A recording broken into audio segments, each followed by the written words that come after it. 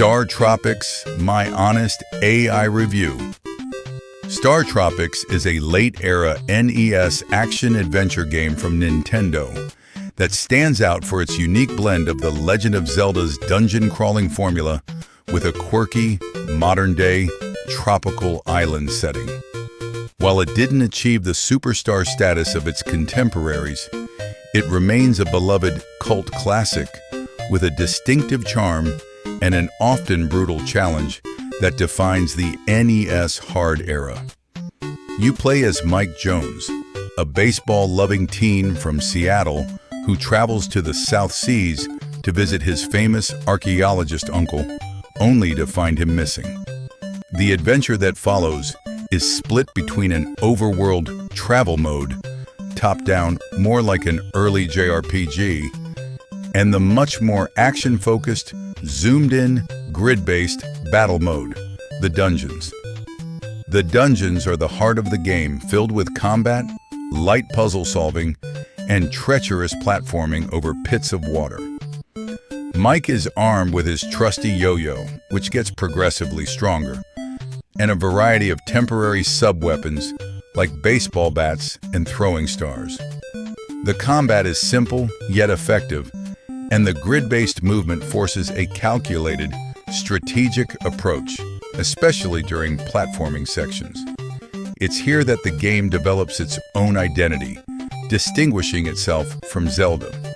The game's strongest assets are its undeniable charm and its soundtrack. The story is lighthearted, funny, and takes a surprising turn towards science fiction fantasy in the latter chapters. The music is a perfect blend of 8-bit chiptunes and tropical, calypso-inspired melodies that are incredibly catchy and memorable. However, the game is not without its flaws. The grid-based movement, while strategic, can feel stiff, clunky, and slow during simple navigation, which can be frustrating.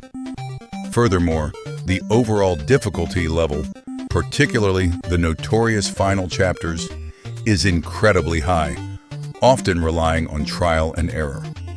There is also one famous real-world puzzle, the Subsea Code, which requires dunking a physical letter in water, that is impossible to solve without external knowledge if you're playing a modern digital version without the original manual. For players who appreciate the classic difficulty of the NES era and enjoy a quirky story with excellent atmosphere, StarTropics is a fantastic, highly recommended adventure. For those less patient, be prepared for a steep learning curve and some frustrating moments. Let's talk about a score breakdown in graphics, sound, gameplay, difficulty, and then give it a total score and rank in the end.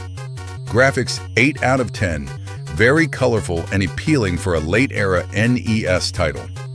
The dungeon view offers detailed sprites, and the cutscenes, like the Queen of Shecola, showcase strong character art. Sound 9 out of 10. The soundtrack is one of the game's highest points. It features an incredibly catchy, unique tropical and adventure-themed score that perfectly fits the island setting. Gameplay 7 out of 10. The core dungeon action is fun and challenging, with a good mix of combat and platforming.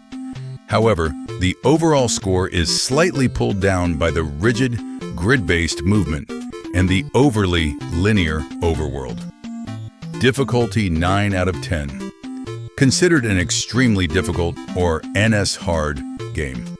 It is challenging, requires patience, and features brutal difficulty spikes, especially in the later chapters. This is a point of praise for some players and frustration for others.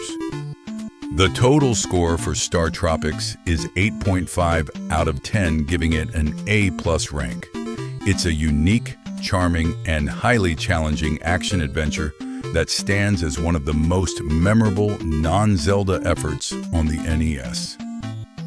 Thanks for watching and listening to this review. It means a lot to talk about the video games I care for deeply. If you enjoy these kinds of videos, don't hesitate to hit that subscribe button. Until next time, stay honest.